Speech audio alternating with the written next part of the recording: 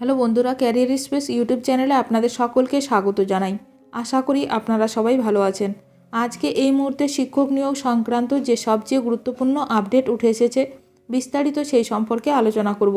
তাই ভিডিওটি অবশ্যই শেষ পর্যন্ত দেখবেন নিয়োগ সংক্রান্ত অনেক নতুন নতুন আপডেট পাওয়ার জন্য। যারা চ্যানেলে নতুন তারা চ্যানেলটিকে সাবস্ক্রাইব করে পাশে থাকা বেল বাটনে প্রেস করে অল নোটিফিকেশানটিকে অন করে রাখবেন, কারণ এমন ধরনের লেটেস্ট আপডেট নিয়ে এই চ্যানেলে সবসময় ভিডিও আপলোড করা হয়ে থাকে। দুর্গাপুজোর আগেই নিয়োগ। হাইকোর্টের রায়ের পরেই এসএসসি শিক্ষক নিয়োগ নিয়ে মুখ খুললেন শিক্ষামন্ত্রী ব্রাত্য বসু। দীর্ঘ প্রতীক্ষার পর উচ্চ প্রাথমিকের শিক্ষক নিয়োগ মামলার রায় দেওয়া হয়েছে।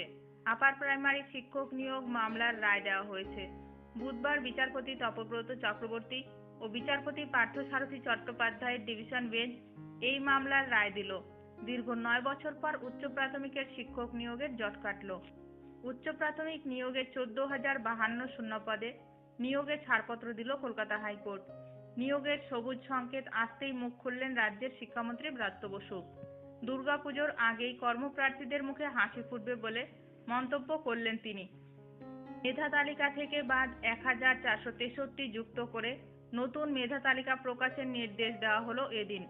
4 সপ্তাহের মধ্যে প্রয়োজনীয় কাউন্সেলিং করে সুপারিশপত্র দেবে এসএসসি, এমনই নির্দেশ কলকাতা হাইকোর্টের। এর আগে 2021 সালে এসএসসি জানায় ওএমআর সিটগুলি পুনরায় মূল্যায়ন করে 1,463 জনকে বাদ দেওয়া হয়েছে। এই বাদ পড়া 1,463 জন অন্য একাধিক মামলায় যুক্ত হন। আজ হাইকোর্ট জানিয়েছে ওই 1,463 জনকে যে প্রক্রিয়ায় বাদ দেওয়া হয়েছিল তা ঠিক ছিল না, কারণ ইতিমধ্যেই দীর্ঘ সময় পেরিয়ে গেছে। কোথায় কত নম্বর পান তারা, তাদের ইন্টারভিউ কাউন্সেলিং সম্পন্ন হয়ে গেছে আগেই। ফলে নতুন করে ওএমআর সিট মূল্যায়ন করে বাদ দেওয়ার প্রক্রিয়া সঠিক ছিল না। কলকাতা হাইকোর্ট এদিন নির্দেশে জানিয়েছে বাদ দেওয়া 1,463 জনকে যুক্ত করে ওই 14,052 জনের মেধা তালিকা প্রকাশ করতে হবে এসএসসিকে। আগামী 4 সপ্তাহের মধ্যে এই কাজ সম্পূর্ণ করতে হবে।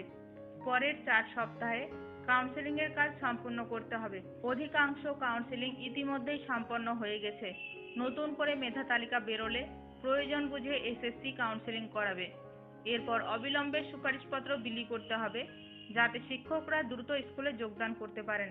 সোশ্যাল মিডিয়ায় একটি পোস্টে ব্রাত্য বসু মন্তব্য করেছেন, মাননীয় মুখ্যমন্ত্রীর সদিচ্ছায় সিলমোহর পড়ল মাননীয় কলকাতা হাইকোর্টের। আপার প্রাইমারি বিদ্যালয়গুলিতে 14,000-এরও বেশি শূন্যপদে শিক্ষক নিয়োগের জটিলতা কেটে গেল। সম্পূর্ণ স্বচ্ছতার সঙ্গে পশ্চিমবঙ্গ কেন্দ্রীয় স্কুল সার্ভিস কমিশন অত্যন্ত দ্রুততার সঙ্গে এই নিয়োগ প্রক্রিয়া সম্পন্ন করতে চলেছে। আশা করি দুর্গাপুজোর আগেই হাসি ফুটবে কর্মপ্রার্থীদের মুখে। এখন দেখার বিষয় কত দ্রুত নিয়োগ প্রক্রিয়া সম্পন্ন করেন রাজ্য সরকার। শিক্ষক নিয়োগ সংক্রান্ত যে কোনো আপডেট সবার প্রথমে পেতে এখনই আমার চ্যানেলটি সাবস্ক্রাইব করে রাখুন। ভিডিওটি ভালো লাগলে অবশ্যই লাইক করবেন। আজকের ভিডিওটি এখানেই শেষ করলাম।